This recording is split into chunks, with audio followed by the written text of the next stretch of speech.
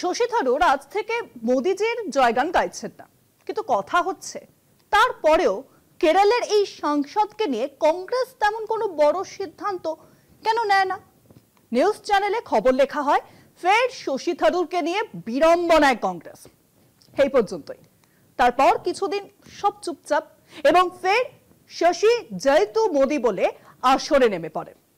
তাই কিন্তু হয়েছে আবারও প্রধানমন্ত্রী নরেন্দ্র মোদীর যে বক্তৃতার প্রশংসায় দরাজ কেরলের কংগ্রেসের সাংসদ শশী, তাকে খুবই মামুলি ভাষণ বলে বুধবার দাবি করেছে এআইসিসি।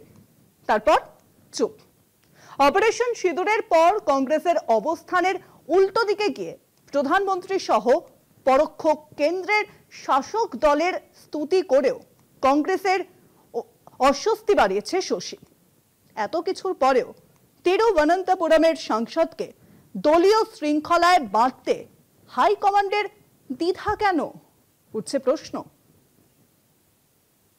মঙ্গলবার দিল্লিতে এআইসিসি দফতরে এসআইআর নিয়ে বৈঠক ডেকেছিল কংগ্রেস। কেরল সহ যে 12 রাজ্যে এসআইআর শুরু হয়েছে তা নিয়ে আলোচনায় সংশ্লিষ্ট প্রদেশ কংগ্রেসের সভাপতি ও ওয়ার্কিং কমিটির সদস্যদের বৈঠকে আমন্ত্রণ করা হয়।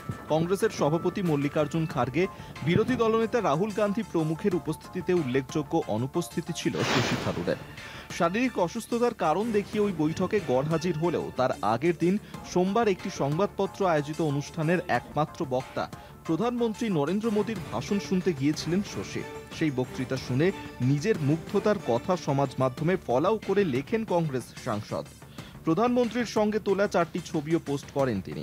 বক্তৃতার প্রতিপাদ্য সংক্ষেপে তুলে ধরে লেখেন, আমি প্রবল সর্দি কাশি সত্ত্বেও দর্শক আসনে থাকতে পেরে খুশি।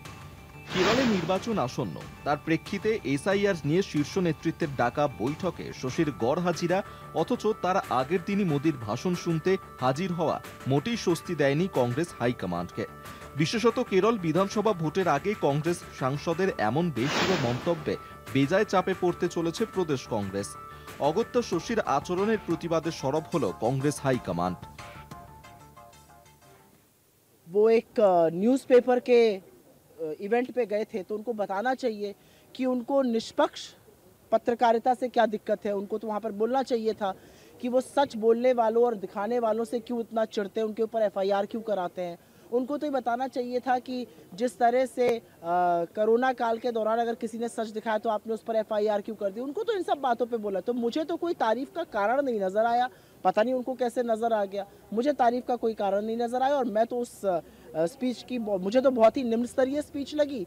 वहाँ पर भी जाकर वो कांग्रेस को कोस रहे हैं। प्रधानमंत्री सोते जागते उठते बैठते सिर्फ कांग्रेस के बारे में सोचते हैं। কেরলে বামেদের সঙ্গে মুখোমুখি লড়াই কংগ্রেসে। সেখানে কিছুদিন আগে কংগ্রেস অতিরিক্ত বামপন্থী হয়ে পড়েছে বলেই মন্তব্য করেছিলেন শশী। তা নিয়েই প্রদেশ নেতৃত্বের একাংশের সঙ্গে বিরোধ চলছিল।